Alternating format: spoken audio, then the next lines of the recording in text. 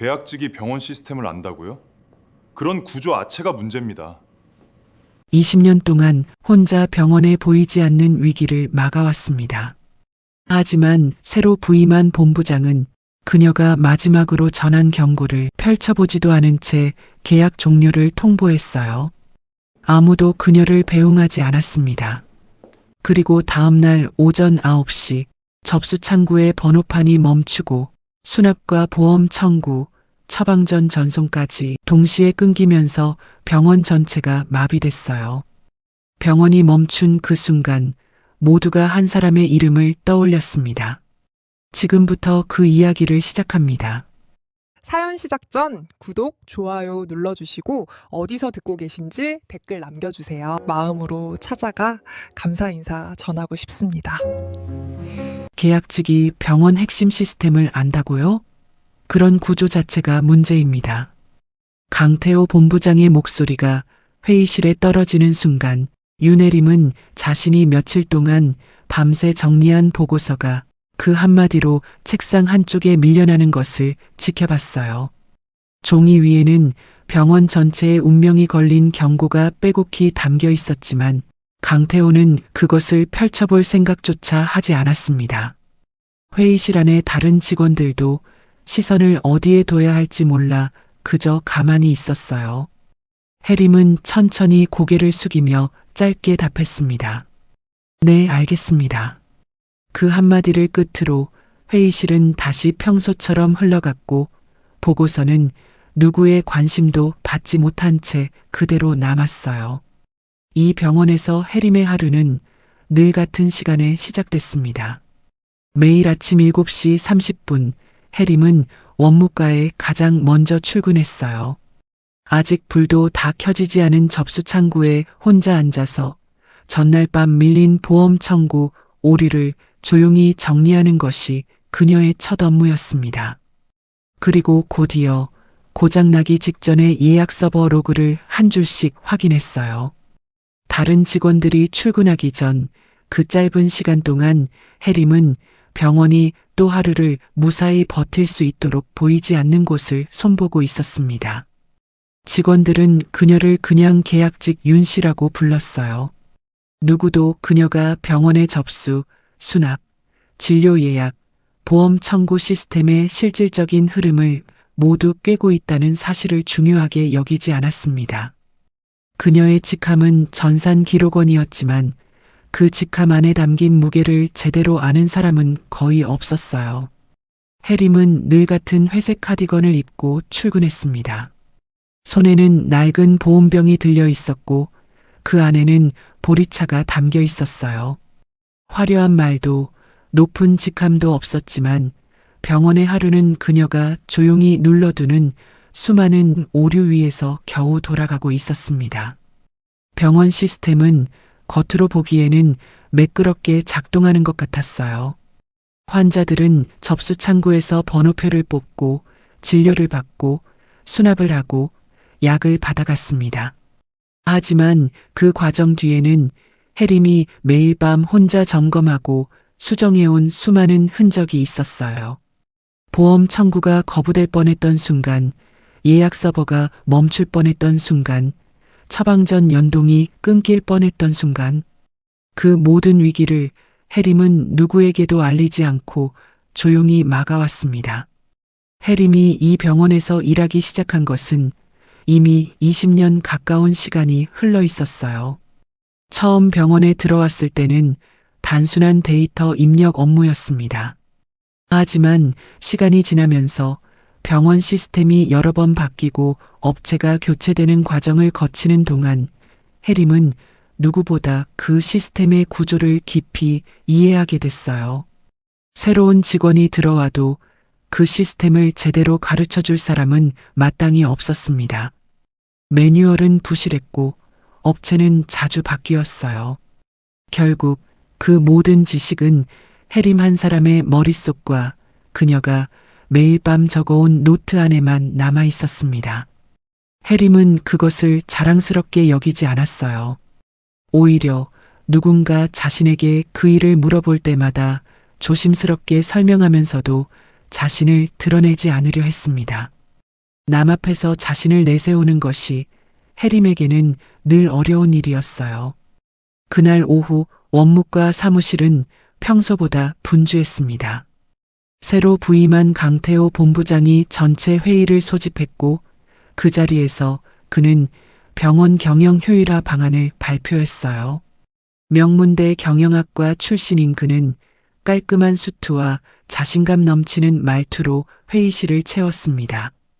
그는 외부 컨설팅 자료와 엑셀 보고서를 화면에 띄우며 병원의 인력 구조를 전면적으로 재정비하겠다고 선언했어요. 낡은 인력 구조를 정리하겠습니다. 앞으로 병원의 핵심 시스템은 정규직 전문 인력이 체계적으로 관리할 것입니다. 직원들은 조심스럽게 고개를 끄덕였어요. 해림은 회의실 뒤쪽에 앉아 그 말을 들으면서 마음 한쪽이 무거워졌습니다. 자신이 매일 밤 손보고 있는 그 오래된 시스템이 그가 말하는 낡은 구조에 포함되는 것인지 아니면 그 시스템을 지켜온 자신의 존재까지 그 안에 포함되는 것인지 정확히 알 수 없었어요. 회의가 끝난 뒤 해림은 자리로 돌아와 다시 모니터를 들여다봤습니다. 오래된 진료 예약 서버의 인증 갱신 기한이 며칠 앞으로 다가오고 있었어요. 해림은 그 화면을 한참 동안 들여다봤습니다. 이 인증이 제때 갱신되지 않으면 접수, 수납, 보험 청구, 처방전 연동이 동시에 멈출 수 있다는 것을 그녀는 누구보다 잘 알고 있었어요. 과거에도 비슷한 위기가 있었고 그때마다 해림이 직접 업체에 연락해서 절차를 밟아왔습니다. 해림은 자리에 앉아 그동안의 경험을 바탕으로 보고서를 작성하기 시작했어요. 인증 갱신이 늦어지면 발생할 수 있는 구체적인 문제들, 그리고 그것을 막기 위한 절차를 하나씩 정리했습니다. 며칠 동안 퇴근 후에도 집에서 그 보고서를 다시 들여다보며 다듬었어요. 작은 실수도 없이 누가 봐도 이해할 수 있도록 만들고 싶었습니다. 며칠 뒤 해림은 그 보고서를 강태호에게 직접 제출했어요. 회의실 문을 두드리고 들어가 보고서를 책상 위에 올려놓으며 짧게 설명했습니다. 인증 갱신 기한이 다가오고 있다는 것, 그리고 이것이 제때 처리되지 않으면 병원 전체 시스템에 큰 문제가 생길 수 있다는 것을요. 강태호는 그 보고서를 받아들었지만 제대로 펼쳐보지도 않았어요. 그는 잠시 해림을 바라보다가 천천히 입을 열었습니다. 윤혜림 씨, 계약직이 병원 핵심 시스템을 안다고요? 그런 구조 자체가 문제입니다. 이제 그런 일은 정규직 팀에서 처리합니다. 해림은 그 말을 듣고 잠시 아무 말도 하지 못했어요. 회의실 안의 다른 직원들도 그 순간 시선을 어디에 둬야 할지 몰라 가만히 있었습니다. 박준서는 그 모든 상황을 보면서도 끝내 아무 말도 하지 못했어요. 해림은 천천히 고개를 숙이며 말했습니다. 네, 알겠습니다. 그리고 보고서를 그대로 둔 채 회의실을 나왔어요. 자리로 돌아오면서 해림은 마음 한쪽이 천천히 가라앉는 것을 느꼈습니다. 자신이 며칠 동안 정리한 그 보고서가 제대로 읊히지도 않은 채 책상 한쪽에 놓여 있다는 사실이 생각보다 더 무겁게 다가왔어요. 자리에 앉아 해림은 다시 모니터 화면을 들여다봤습니다. 인증 갱신 기한을 알리는 작은 알림이 여전히 화면 한쪽에 떠 있었어요. 해림은 그것을 한참 바라보다가 조용히 화면을 닫았습니다. 강태호가 부임한 이후 병원 안의 분위기는 눈에 띄게 달라지고 있었어요.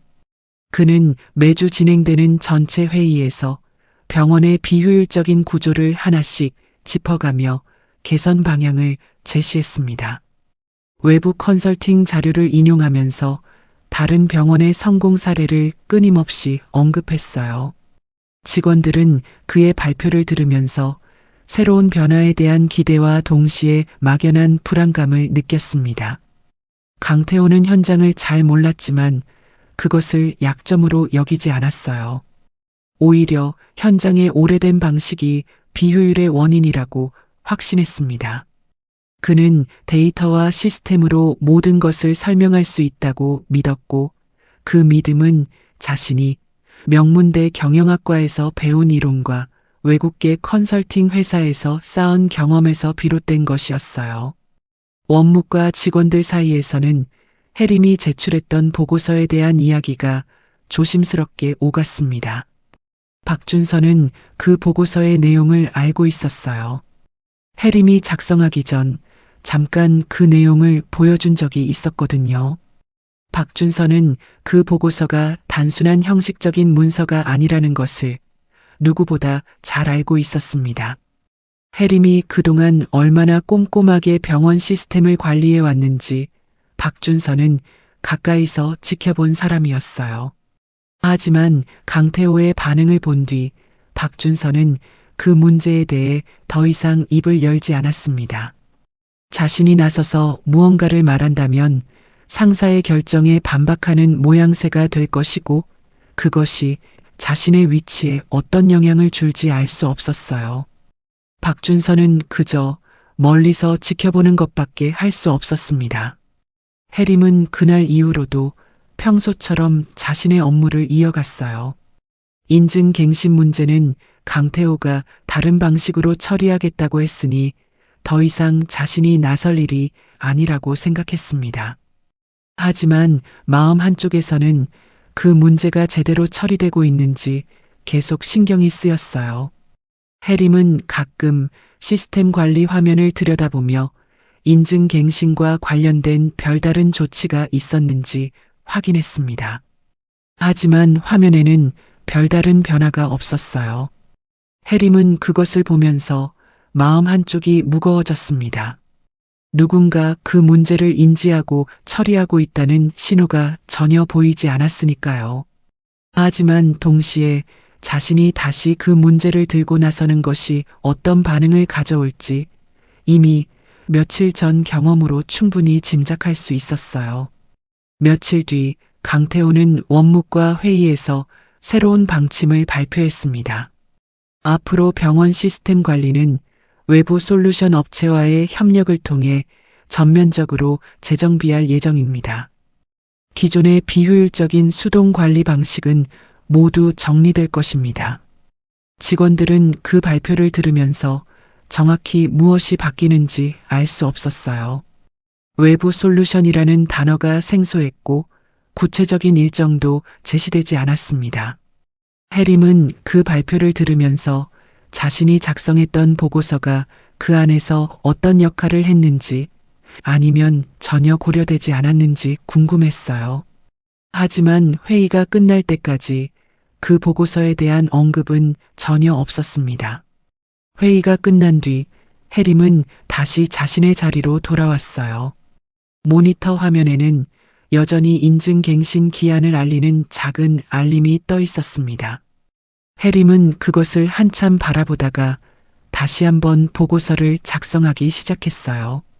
이번에는 좀 더 구체적인 수치와 사례를 추가했습니다.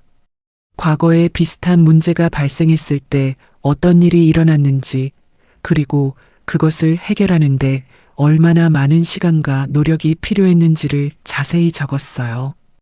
해림은 그 보고서를 다시 강태호에게 제출하려고 했습니다. 하지만 그의 사무실 앞에서 해림은 잠시 멈춰섰어요. 문 너머로 강태호가 다른 직원과 통화하는 목소리가 들렸습니다. 외부 솔루션 업체와의 계약 일정에 대한 내용이었어요. 해림은 그 통화가 끝나기를 기다리다가 결국 보고서를 들고 다시 자리로 돌아왔습니다.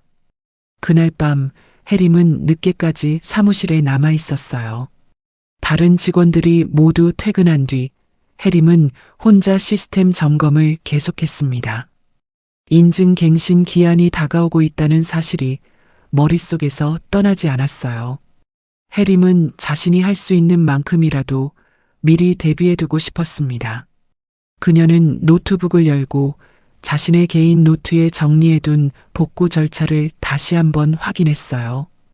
인증이 갱신되지 않았을 때 어떤 순서로 시스템을 점검해야 하는지, 어느 업체에 연락해야 하는지, 그리고 임시로 수기 접수를 진행할 때 어떤 절차를 따라야 하는지까지 그 노트에는 20년 가까운 시간 동안 쌓인 모든 경험이 담겨 있었습니다. 해림은 그 노트를 가방 안에 다시 넣으며 작게 한숨을 쉬었어요. 자신이 더 이상 이 문제에 책임을 느낄 필요가 없다는 것을 머리로는 알고 있었습니다. 강태호가 이미 다른 방향으로 처리하겠다고 선언했으니까요. 하지만 마음으로는 그 문제를 쉽게 내려놓을 수 없었어요.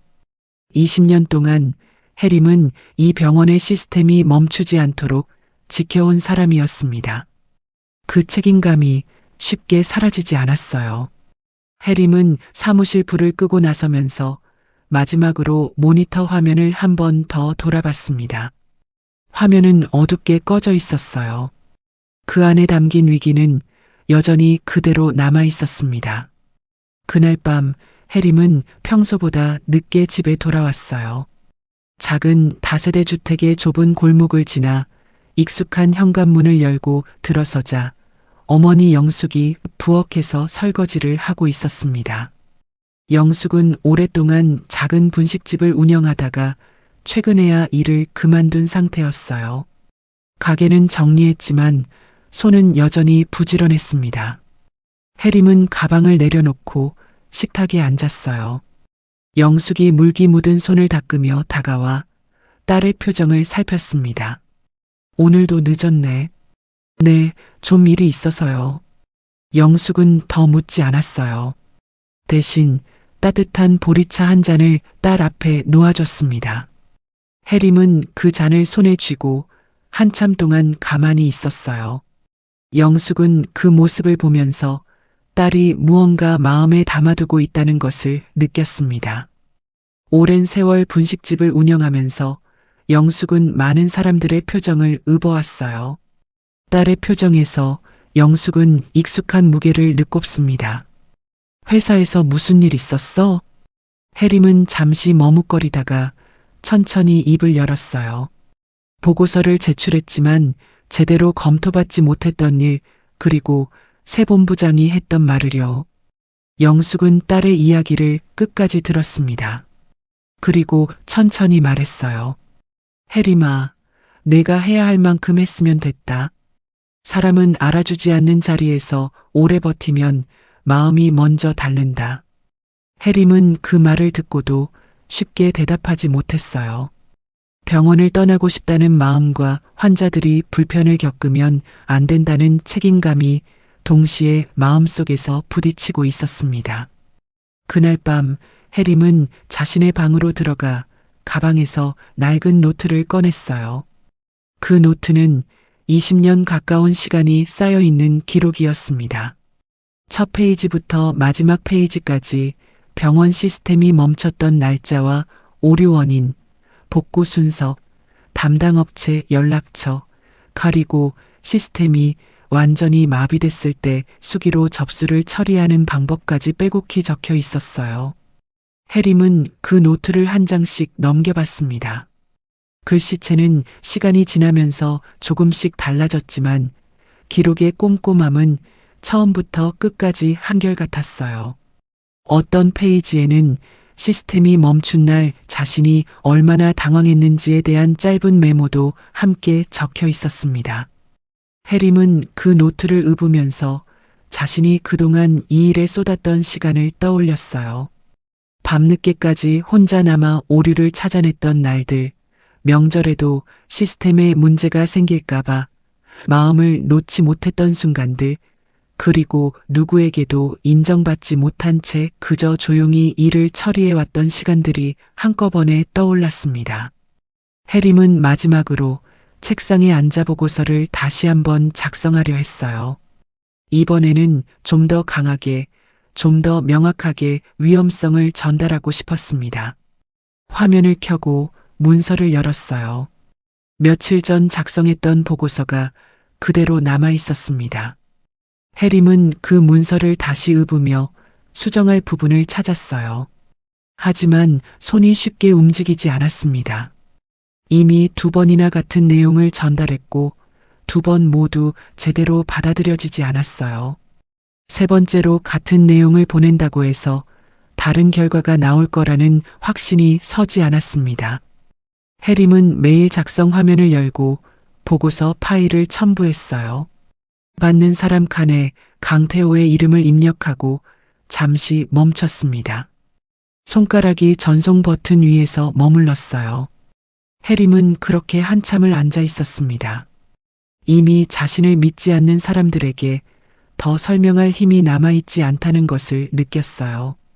2번이나 무시당했던 그 순간들이 지금 이 메일을 보내는 것을 자꾸 주저하게 만들었습니다. 결국 해림은 전송 버튼을 누르지 않았어요. 화면을 닫고 노트북을 덮었습니다. 그리고 낡은 노트를 다시 가방에 넣었어요. 이제는 그저 자신의 자리에서 할 수 있는 일만 하기로 조용히 마음을 정리했습니다. 다음 날 아침 해림은 평소와 같은 시간에 출근했어요. 원무과 사무실은 아직 조용했고 해림은 늘 그랬듯이 가장 먼저 자리에 앉아 시스템을 점검했습니다. 화면에는 여전히 인증갱신 기한을 알리는 작은 알림이 떠 있었어요. 해림은 그것을 잠시 바라보다가 다른 업무로 시선을 돌렸습니다. 자신이 더 이상 신경 쓸 일이 아니라고 스스로에게 되뇌었어요. 하지만 마음 한쪽에서는 여전히 그 알림이 자꾸 눈에 걸렸습니다. 그날 오전 해림은 평소와 다름없이 업무를 처리하고 있었어요. 오전 10시쯤 총무팀에서 연락이 왔습니다. 잠시 사무실로 와달라는 내용이었어요. 해림은 무슨 일인지 짐작하지 못한 채 총무팀 사무실로 향했습니다. 사무실에 들어서자 담당 직원이 서류 한 장을 내밀었어요. 계약 종료 통보서였습니다. 사유란에는 업무 구조 개편 및 외부 솔루션 도입 예정이라는 짧은 문구가 적혀 있었어요. 해림은 그 서류를 한참 동안 들여다봤습니다. 예상하지 못한 일은 아니었어요. 강태호가 며칠 전 했던 말들, 그리고 새로운 방침을 발표하던 모습을 떠올리면 어느 정도 짐작할 수 있는 결과였습니다. 하지만 막상 그 종이를 손에 쥐고 보니 마음 한쪽이 무겁게 가라앉는 것을 느꼈어요. 담당 직원은 사무적인 어조로 절차를 설명했습니다. 계약 종료일과 인수인계 기한에 대한 내용이었어요. 해림은 그 설명을 들으며 짧게 고개를 끄덕였습니다. 사무실을 나서면서 해림은 강태호의 사무실 앞을 지나게 됐어요. 마침 문이 열려 있었고 강태호가 서류를 보고 있는 모습이 보였습니다. 그는 그녀를 발견하고 짧게 시선을 들었어요. 입가에 형식적인 표정만 남긴 채 그는 펜을 내려놓고 말했습니다. 그동안 고생하셨습니다. 정리는 오늘 안으로 부탁드립니다. 해림은 잠시 그를 바라보다가 작게 고개를 숙였어요. 네, 알겠습니다. 자리로 돌아온 해림은 천천히 책상을 정리하기 시작했어요. 서랍을 하나씩 열어 그 안에 있던 물건들을 꺼냈습니다. 낡은 펜 몇 자루, 작은 손거울, 그리고 어머니가 챙겨준 약봉지가 보였어요. 마지막 서랍에는 그동안 작성해온 개인 노트가 들어 있었습니다. 해림은 그 노트를 꺼내 잠시 손에 쥐고 바라봤어요. 20년 가까운 시간이 담긴 기록이었습니다. 병원 소유의 자료들은 모두 공유 폴더에 정리해서 올렸지만 이 노트는 자신이 개인적으로 작성해 온 것이었어요. 해림은 그것을 가방 안에 넣었습니다. 인수인계 자료를 정리하는 동안 원무과 사무실은 평소와 다름없이 돌아가고 있었어요. 직원들은 각자의 업무에 집중하고 있었고 해림이 짐을 정리하는 모습을 신경 쓰는 사람은 많지 않았습니다. 가끔 몇몇 직원이 짧게 인사를 건넸어요. 그동안 고생하셨다는 말, 그리고 어디로 가시는지 모르겠지만 잘 되길 바란다는 말들이었습니다. 해림은 그 인사들에 짧게 고개를 끄덕이며 답했어요. 박준서는 자신의 자리에서 그 모든 모습을 지켜보고 있었습니다. 무언가 말을 건네고 싶었지만 적절한 말이 떠오르지 않았어요. 해림에게 다가가야 한다는 생각이 들었지만 발이 쉽게 움직이지 않았습니다. 오후가 되자 해림은 마지막 업무를 마무리했어요. 공유 폴더에 올린 인수인계 자료를 다시 한번 확인하고 자신의 책상이 깨끗하게 비워졌는지 살펴봤습니다. 그리고 가방을 챙겨 자리에서 일어났어요. 원무과 사무실을 나서기 전 해림은 잠시 뒤를 돌아봤습니다. 익숙한 풍경이었어요. 매일 아침 가장 먼저 출근해서 앉았던 자리, 그리고 매일 밤 늦게까지 시스템을 점검했던 그 책상이 이제는 더 이상 자신의 자리가 아니었습니다. 복도를 걸어나가면서 해림은 누구도 자신을 배웅하지 않는다는 것을 느낍니다. 박준서는 멀리서 그 모습을 지켜보고 있었어요. 자리에서 일어나 다가가려 했지만 끝내 한 걸음도 다가가지 못했습니다. 그냥 그 자리에서 해림이 복도 끝으로 사라지는 모습을 바라볼 뿐이었어요. 병원 정문을 나서면서 해림은 잠시 하늘을 봤습니다. 맑은 날씨였어요.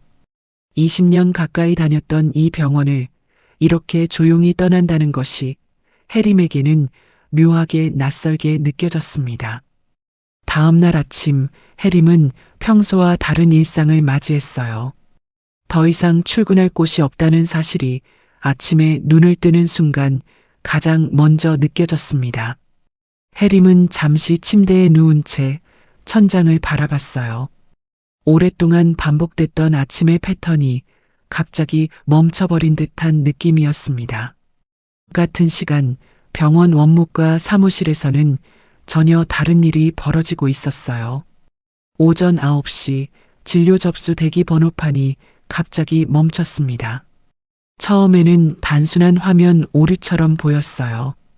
직원들은 평소처럼 시스템을 재부팅하려 했지만 화면은 다시 켜지지 않았습니다. 곧이어 수납 창구에서도 문제가 발생했어요. 카드 결제가 되지 않는다는 보고가 이어졌고 보험 청구 시스템도 응답하지 않았습니다. 약국에서도 문의 전화가 쏟아지기 시작했어요. 처방전 전송이 끊기면서 환자들이 약을 받지 못하는 상황이 벌어지고 있었습니다. 강태호는 처음엔 이 상황을 단순한 시스템 오류로 생각했어요. 그는 전산팀에 빠르게 복구할 것을 지시했습니다. 하지만 30분이 지나도 시스템은 복구되지 않았어요. 외부 솔루션 업체에도 연락했지만 그들 역시 정확한 원인을 찾지 못하고 있었습니다. 병원 로비는 점점 혼란스러워졌어요. 대기표를 들고 기다리던 환자들이 자신의 차례가 언제 오는지 알 수 없는 상황에 불안해했습니다. 특히 나이가 많은 환자들은 화면이 멈춘 것을 보며 어디로 가야 할지 몰라 직원들에게 계속 질문을 던졌어요. 응급실 접수 담당자가 전화기를 붙든 손을 떨며 강태호에게 달려왔어요. 본부장님, 지금 환자 한 분이 접수가 안 돼서 30분째 기다리고 계십니다. 수기로 처리하려고 해도 순서를 어떻게 매겨야 할지 아는 사람이 없습니다. 강태호는 그 말을 듣고 잠시 말을 잇지 못했어요. 그는 전산팀과 외부 업체를 다그치며 빠르게 원인을 찾으라고 지시했지만 시간이 지날수록 상황은 더 복잡해지고 있었습니다. 그 순간 박준서는 자신의 자리에서 어떤 기억을 떠올렸습니다. 해림이 며칠 전 제출했던 보고서, 인증갱신 기한.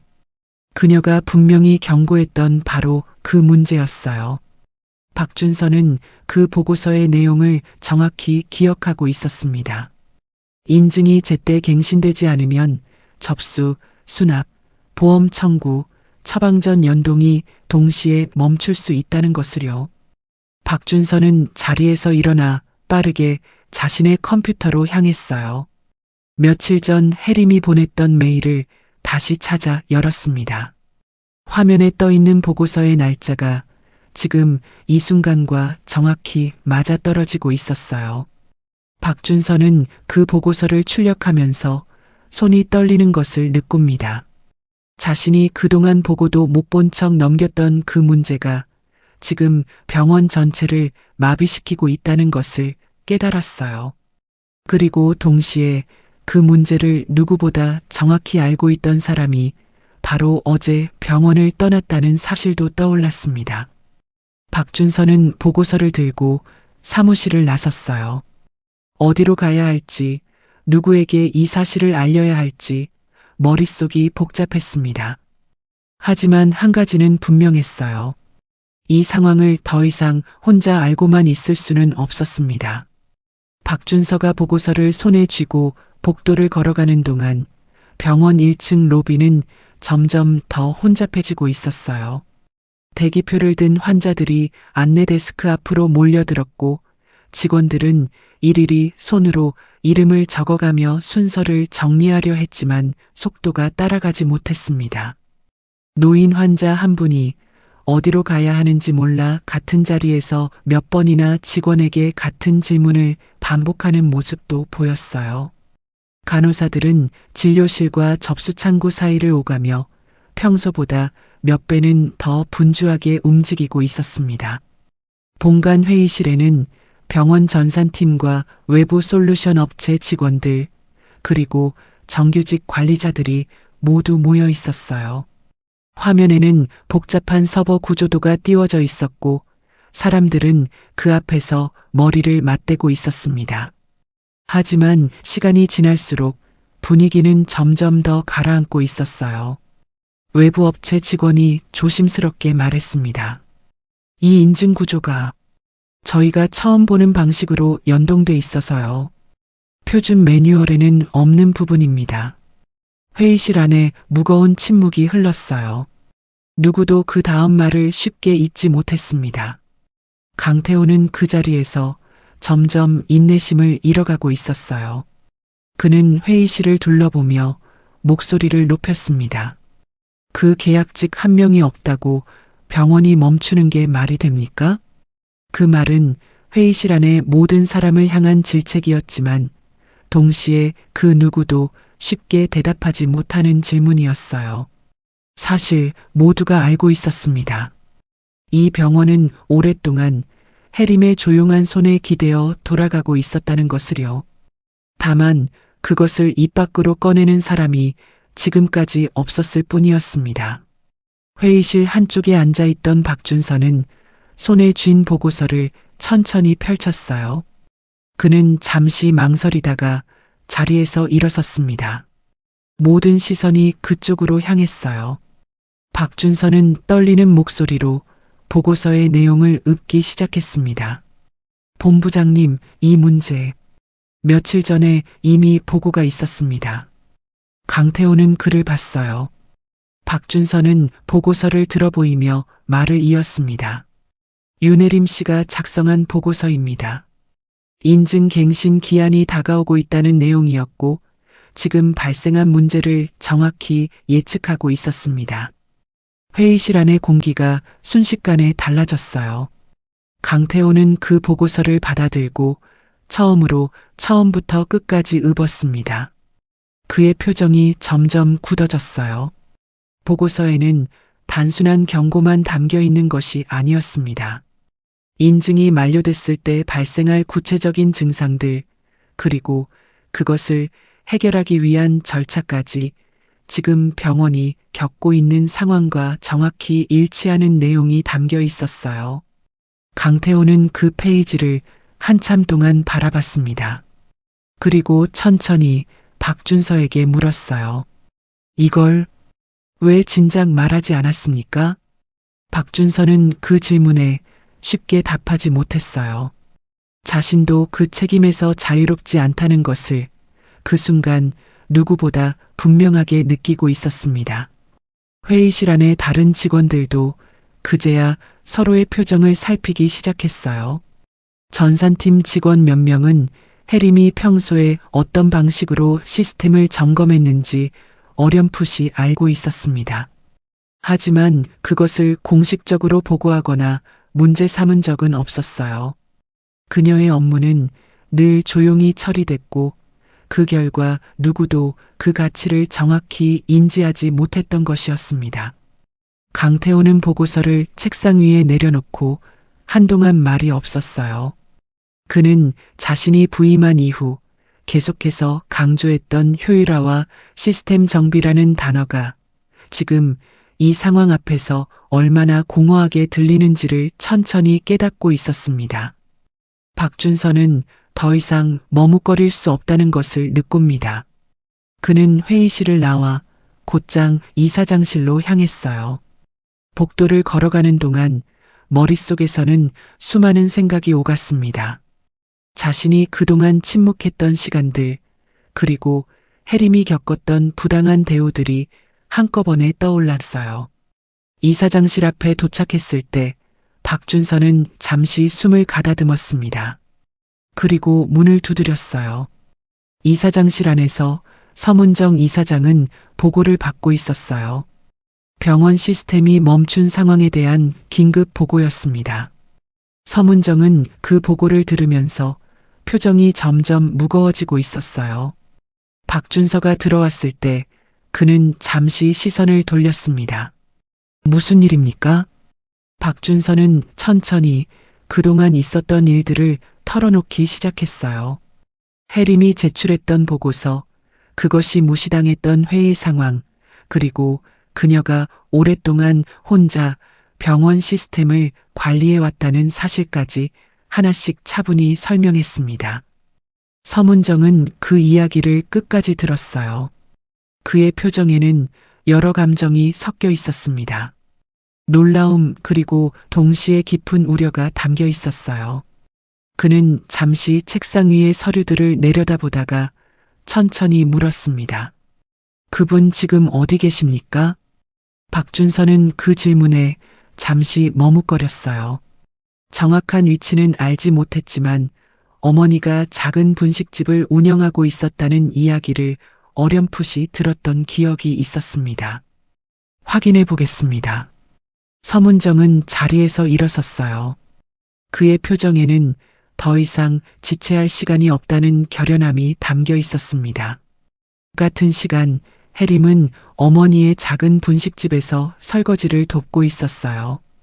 가게는 이미 정리된 상태였지만 영숙은 가끔 단골 손님들에게 부탁을 받아 작은 음식을 만들어주곤 했습니다. 그날도 오랜 단골 한 분이 김밥 몇 줄을 부탁해서 영숙이 재료를 손질하고 있었어요. 해림은 그 옆에서 그릇을 씻으며 시간을 보내고 있었습니다. 회사를 나온 다음 날인데도 해림의 마음은 편하지 않았어요.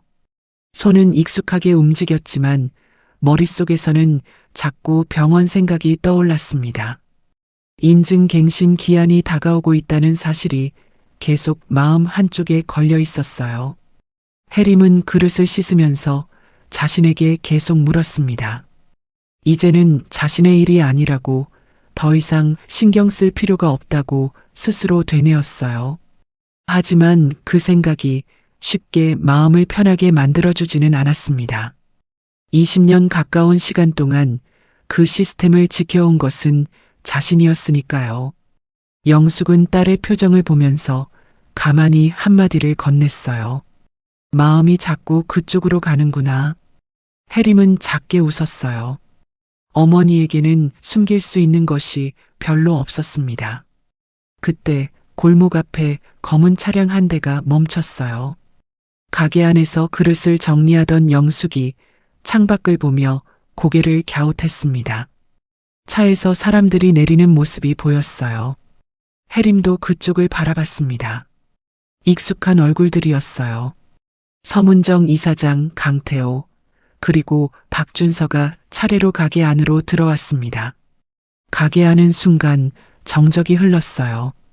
해림은 손에 묻은 물기를 닦으며 잠시 그들을 바라봤습니다. 무슨 일로 이곳까지 찾아왔는지 짐작이 가지 않는 것은 아니었어요. 강태호는 가게에 들어선 순간부터 차마 해림의 눈을 마주치지 못했습니다.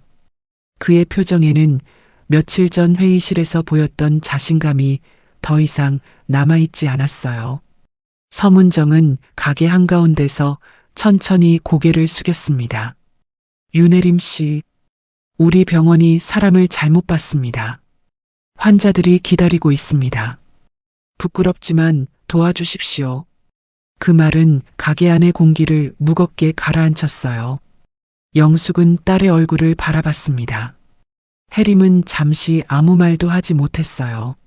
모욕당한 기억, 쫓겨나던 순간 아무도 배웅하지 않던 복도가 한꺼번에 떠올랐습니다. 며칠 전 회의실에서 들었던 말, 책상을 정리하던 순간의 차가운 공기, 그리고 누구의 인사도 받지 못한 채 병원을 나서던 그 발걸음까지요. 하지만 동시에 혜림의 머릿속에는 다른 장면들도 떠올랐어요. 접수 창구 앞에서 기다릴 노인 환자들, 약을 받아야 할 아이들, 순환 문제로 발을 동동 구를 보호자들. 그 얼굴들이 지나간 모욕의 기억보다 더 선명하게 마음을 움직이고 있었습니다. 혜림은 잠시 침묵하다가 가게 안의 조용한 공기 속에서 천천히 입을 열었어요. 영숙은 그 모습을 가만히 지켜보고 있었습니다. 딸이 어떤 결정을 내릴지 영숙은 굳이 끼어들지 않았어요. 다만 오래전 자신이 했던 말을 떠올렸습니다. 사람은 떠날 때도 등 뒤가 깨끗해야 한다는 말이었어요. 그 말이 지금 이 순간 딸의 마음 안에서 어떤 역할을 하고 있을지 영숙은 조용히 지켜볼 뿐이었습니다. 혜림은 천천히 하지만 분명하게 입을 열었어요. 저는 병원으로 돌아가는 게 아니라 환자들 때문에 가는 겁니다. 그 한마디에는 많은 것이 담겨 있었습니다. 자신을 무시했던 사람들을 위해서가 아니라는 것, 그리고 지금 이 순간 가장 중요한 것이 무엇인지에 대한 분명한 기준이었어요. 영숙은 딸이 앞치마를 벗는 모습을 바라봤습니다. 혜림은 가게 한쪽에 두었던 가방을 챙겼어요. 그 가방 안에는 20년 가까운 시간이 담긴 낡은 노트가 들어 있었습니다. 병원으로 향하는 차 안에서 누구도 쉽게 입을 열지 못했어요. 강태호는 창밖을 바라보며 깊은 침묵에 잠겨 있었습니다. 박준서는 옆자리에 앉은 혜림을 가끔 흘끗 바라봤어요. 무언가 말을 건네고 싶었지만 적절한 말을 찾지 못했습니다. 서문정만이 가끔 짧게 상황을 설명하며 침묵을 깨곡습니다. 병원에 도착했을 때 로비는 여전히 혼란스러운 상태였어요. 대기표를 든 노인들이 불안한 표정으로 앉아 있었고 직원들은 수기 접수조차 제대로 처리하지 못하고 있었습니다. 혜림이 원무과에 들어서자 직원들이 일제히 고개를 들었어요. 어제까지 아무도 배웅하지 않았던 사람이 오늘은 모두의 시선을 받으며 들어서고 있었습니다. 직원들의 표정에는 놀라움과 동시에 어떤 안도감 같은 것이 섞여 있었어요. 누군가는 자리에서 일어나 조심스럽게 다가왔습니다. 혜림은 자신의 예전 자리 앞에 섰어요. 그 자리는 어제까지만 해도 자신의 책상이었던 곳이었습니다. 지금은 다른 사람의 손길이 닿지 않은 채 그대로 비워져 있었어요. 혜림은 잠시 그 자리를 바라보다가 가방에서 노트를 꺼냈습니다. 그리고 조용히 하지만 또렷한 목소리로 말했어요. 프린터 세대를 수기 창구로 돌리고 접수번호는 과별로 나누세요. 보험 청구는 오후로 미룹니다. 우선 환자 흐름부터 살립니다. 그 목소리는 크지 않았지만 흔들림이 없었어요. 직원들은 그 지시를 듣고 빠르게 움직이기 시작했습니다. 프린터를 옮기는 사람, 접수번호 체계를 다시 정리하는 사람, 그리고 환자들에게 새로운 절차를 안내하는 사람들이 일사불란하게 움직였어요. 병원 로비의 분위기가 조금씩 바뀌기 시작했습니다. 수기로 접수가 진행되면서 환자들의 불안한 표정도 조금씩 안정되고 있었어요. 직원들이 직접 다가가 순서를 설명하고 안내했습니다. 완전히 해결된 것은 아니었지만 적어도 혼란은 정리되고 있었어요. 해림은 그 모습을 지켜보며 다음 지시를 차분히 내렸습니다. 그녀의 표정에는 어제까지의 모욕이나 상처보다 지금 당장 처리해야 할 일에 대한 집중만이 담겨 있었어요. 강태호는 그 모든 과정을 옆에서 지켜보고 있었어요. 그가 며칠 전 무시했던 그 계약직 여성이 지금 자신보다 더 정확하고 빠르게 상황을 정리하고 있다는 것을 그는 말없이 받아들이고 있었습니다. 그의 표정에는 더 이상 자신감이나 권위적인 태도가 남아있지 않았어요. 병원은 조금씩 다시 움직이기 시작하고 있었습니다. 수기 접수로 환자들의 흐름이 어느 정도 안정되자 해림은 곧바로 서버 관리 화면 앞에 앉았어요. 원무가 한쪽에 마련된 작은 전산실, 그 안에는 오래된 컴퓨터 한 대와 낡은 키보드가 놓여 있었습니다. 해림은 의자에 앉아 익숙한 손길로 화면을 켰어요. 화면에 떠오른 메뉴들은 다른 직원들에게는 복잡하고 낯선 구조였지만 해림에게는 20년 가까운 시간 동안 손에 익은 풍경이었습니다. 전산팀 직원 몇 명이 그 옆에 서서 화면을 지켜봤어요. 그들은 해림이 무엇을 하는지 한 단계씩 따라가려 애썼습니다. 하지만 화면이 넘어가는 속도가 빨라질수록 그들의 표정에는 점점 더 당황스러움이 묻어났어요. 인증 구조는 표준 매뉴얼에 나오지 않는 방식으로 연동돼 있었고 그 연결고리를 정확히 아는 사람은 오직 해림뿐이었습니다. 해림은 한 화면을 열고 잠시 멈췄어요. 그리고 노트를 펼쳤습니다.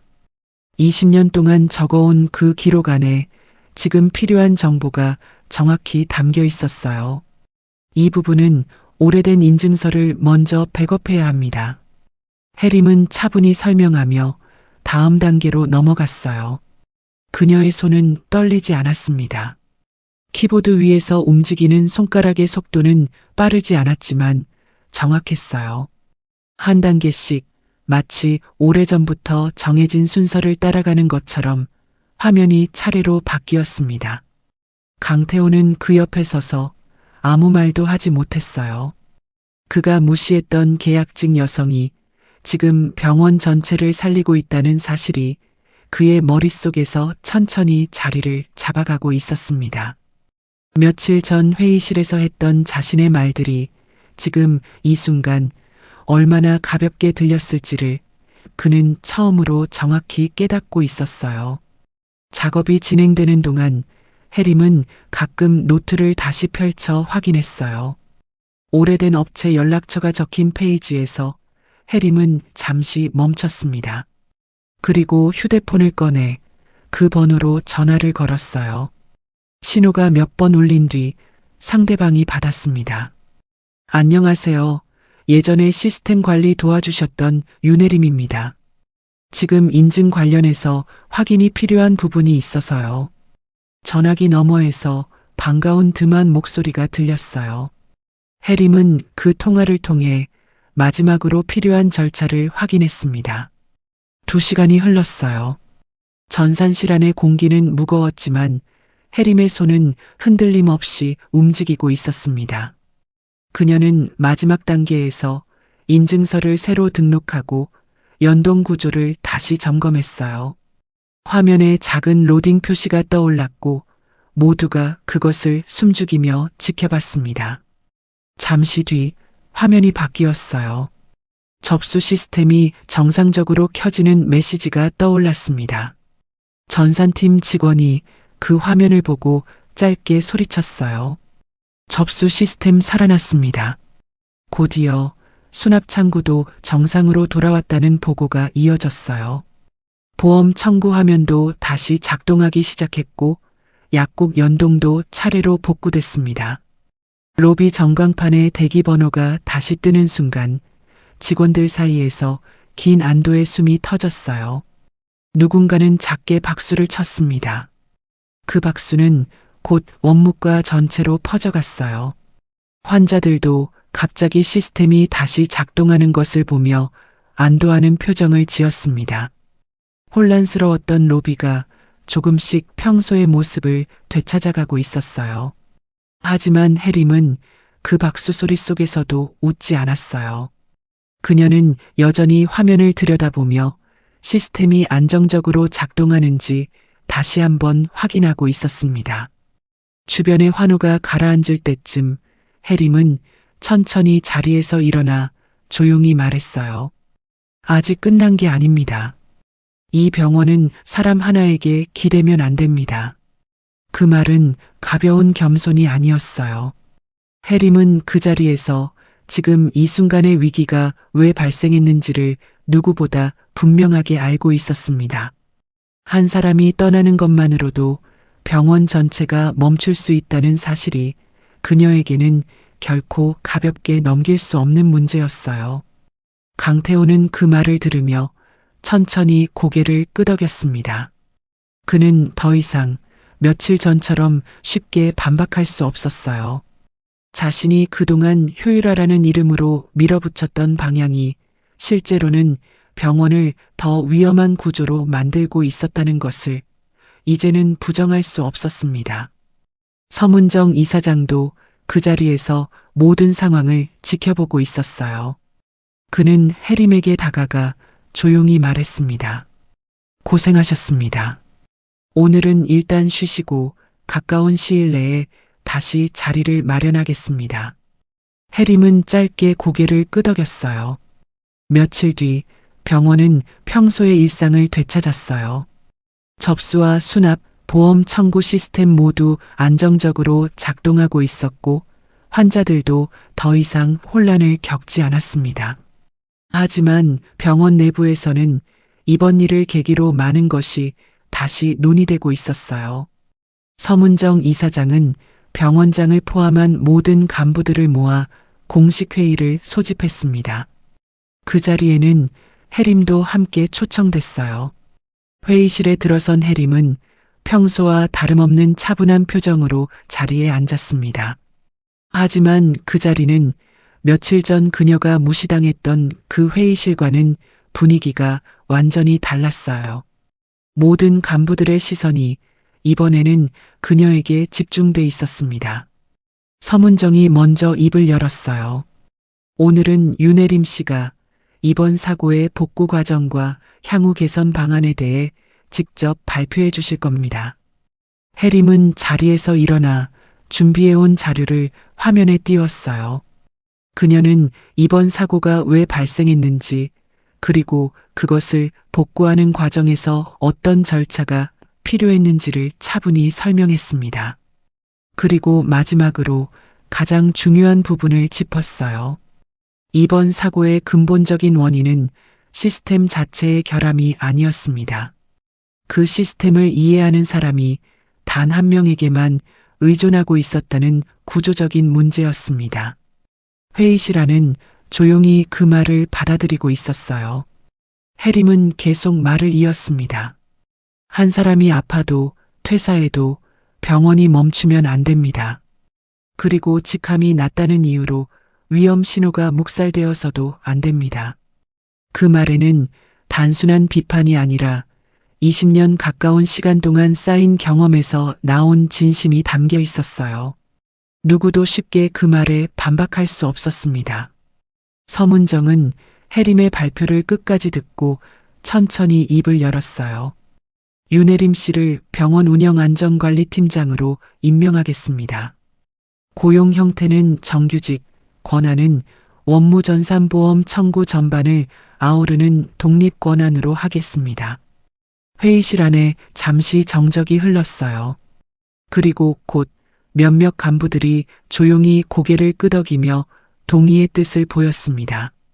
강태호는 그 자리에서 일어나 공식적으로 사과했어요. 제가 현장을 제대로 알지 못한 채 잘못된 판단을 내렸습니다. 윤혜림 씨께 진심으로 사과드립니다. 그의 목소리에는 며칠 전의 자신감이 완전히 사라져 있었습니다. 대신 진심으로 자신의 잘못을 인정하는 무게가 담겨 있었어요. 박준서도 자리에서 일어나 고개를 숙였습니다. 늦었지만 진심을 담은 사과였어요. 해림은 잠시 생각하다가 천천히 입을 열었습니다. 받겠습니다. 대신 저 혼자만 올라가는 자리는 싫습니다. 현장에서 오래 버틴 사람들의 목소리가 회의실까지 올라오는 구조를 만들겠습니다. 그 말은 단순히 자신의 승진을 받아들이는 것이 아니라 앞으로 이 병원이 어떻게 운영돼야 하는지에 대한 분명한 방향이었어요. 서문정은 고개를 끄덕이며 답했습니다. 그렇게 만들어 가시죠. 몇 달이 지났어요. 병원 로비에는 작은 안내문이 하나 붙었습니다. 환자의 하루는 접수 창구에서 시작됩니다. 우리는 그 첫 순간을 가볍게 여기지 않겠습니다. 그 문구는 해림이 직접 제안한 것이었어요. 단순한 슬로건이 아니라 병원 운영의 새로운 원칙을 담은 문장이었습니다.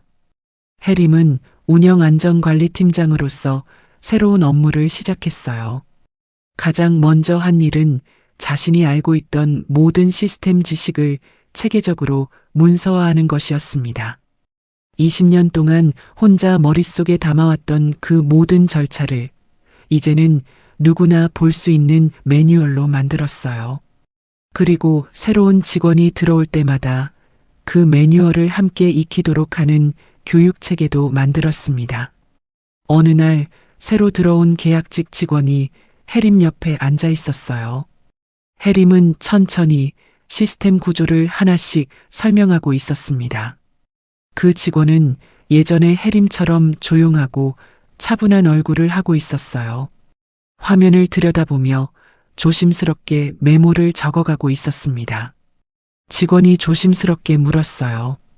팀장님, 제가 이런 것까지 배워도 될까요? 해림은 그 질문을 듣고 따뜻하게 웃으며 답했습니다. 당연하죠. 병원은 혼자 지키는 곳이 아니니까요. 그 말에는 해림이 그동안 겪었던 모든 시간들이 담겨 있었어요. 혼자 버텼던 밤들, 무시당했던 순간들, 그리고 다시 돌아와 병원을 살렸던 그날까지. 창밖으로 오후 햇살이 병원 로비에 길게 들어오고 있었어요. 한때 누구도 알아주지 않았던 사람이 이제는 다른 사람의 이름을 불러주고 있었습니다. 해림은 그 직원을 향해 다음 화면을 가리키며 설명을 이어갔어요. 그렇게 해림의 새로운 하루가 시작되고 있었습니다.